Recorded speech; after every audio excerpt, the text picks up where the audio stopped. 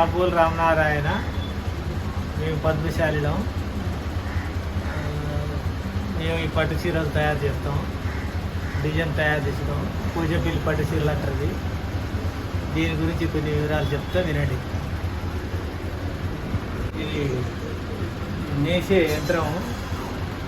ఇంతకుముందు పాత ఐరన్ తోటి స్టాండ్ ఉండేది, ఇప్పుడు చెక్కతో తయారు చేశాను నేను, చేపించిన.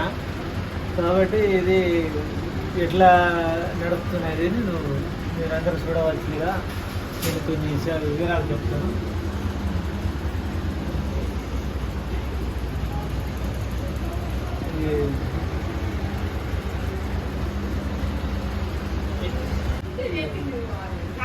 ఈ మాలు ఇది ఒక సీటు ఈ కలర్లో అద్దిచ్చి నాకు ఇస్తే నేను దీనికి అతుకొని ఈ స్టాండ్ మీద వేసాను. వేసిన తర్వాత దీనికి ఒక డిజైన్ వస్తాడు. ఆ డిజైన్ ఇటు నుంచి ఇక్కడ చూడండి, డిజైన్ చూపిస్తాను. ఈ డిజైన్ కలపాలి.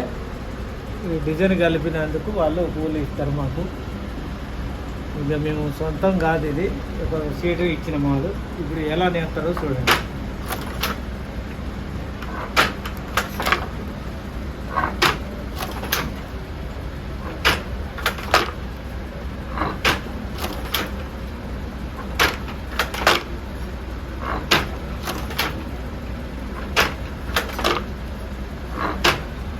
ఇలా నేసి ఒక 3 రోజులకు ఒక చీర తయారవుతుంది.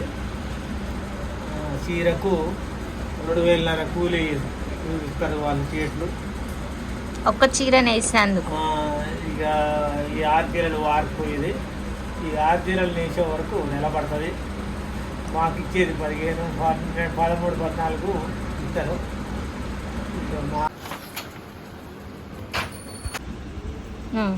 ఈ మాల్ బిర్రుండాలంటే ఈ తాడు ఒకటి ఫిట్టింగ్ చేసినాము. ఈ స్టాండ్కు ఇక్కడ చూడండి, ఈ తాడు ఫిట్ చేసినాము.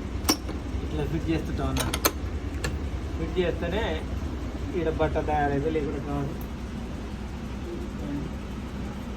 పాతకాలంలో మొగ్గాలు ఎట్లా ఉండేవి?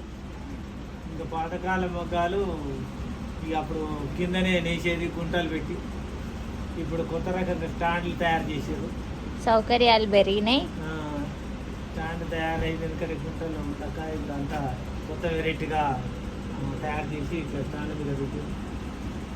ఇక ముందు ఇంకెట్లా పరికరాలు ఎట్లా తయారైతాయో తెలియదు. ఇక వేసి చూడాలి. ఇది షేడ్ బల్కులు అంటారు. ఇది లేకుంటే ఈ డిజైన్ పడదు. ఇది ఉంటేనే ఈ డిజైన్ సమానంగా వస్తుంది, లేకుంటే రాదు. ఇది ఇంతవరకు బట్ట ఇది దోనగా. ఈ దోనగా ఇది నిండా తయారైనాక ఈ దోనగాకు బట్ట చుట్టుకొని వస్తుంది. మేము ఇట్లా తిప్పాలి. తిప్పిన తర్వాత మళ్ళీ డిజైన్ వేయాలి. ఇక అది ఎట్లా డిజైన్ పడుతుంది అనేది ఇక్కడ నాడే ఉంది. దీంట్లో ఒక ఊస కంట పట్టి పెట్టాలి. పెట్టినాక తర్వాత ఇది దీంట్లోకి కట్టర్లకు ఇట్లా వేసినప్పుడు అది ఎట్లా చేస్తారో మాకు తర్వాత వీడియోలు చెప్తారా? మళ్ళీ నేను ఎట్లా చేసేది మళ్ళీ మీకు తర్వాత వీడియోలో చెప్తాను. ఇప్పుడు ప్రస్తుతానికి ఇది పరిస్థితి.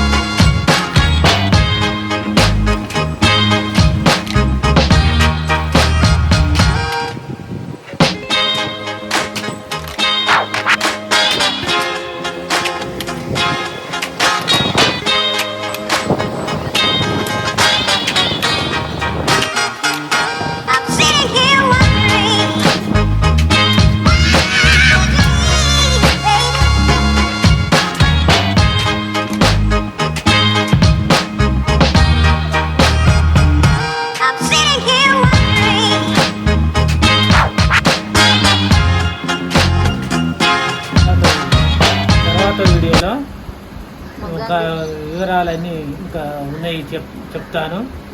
మీరు తప్పకుండా చూడండి, లైక్ చేయండి, షేర్ చేయండి, గంట కొట్టండి. ఓకే.